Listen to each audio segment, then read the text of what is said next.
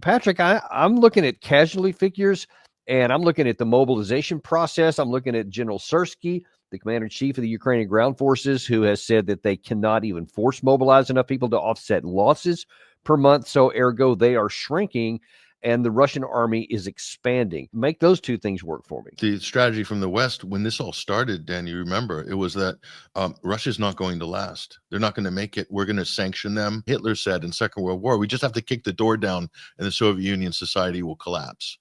And that's kind of like our attitude at the beginning of this conflict is once we sanction Russia and we put some pressure on them, they're going to collapse from inside. Putin won't last through the next year. And of course, the opposite's true. Their economy is thriving. So they're ready to go for the long haul. There's no amount of weaponry that the West, that the United States, even if Biden had a second term, there's no amount of support and weaponry, but it'll bankrupt us anyway in the West. But there's no amount of support they can do to change the trends, the clear trends of this conflict.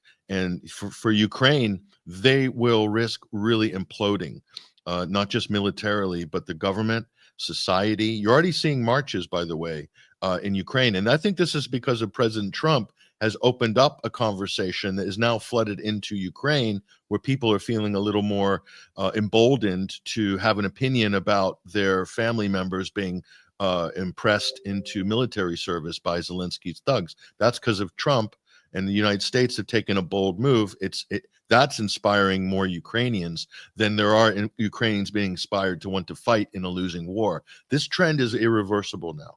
So the longer this goes on, I think you're going to see more dissent within Ukrainian society, and people like Lindsey Graham are going to be exposed and seen for what they are, which is absolute charlatans who have not a moral bone in their body to be advocating for such a losing cause. Well, that can't come soon enough for the Ukrainians who are still alive, I'll point out.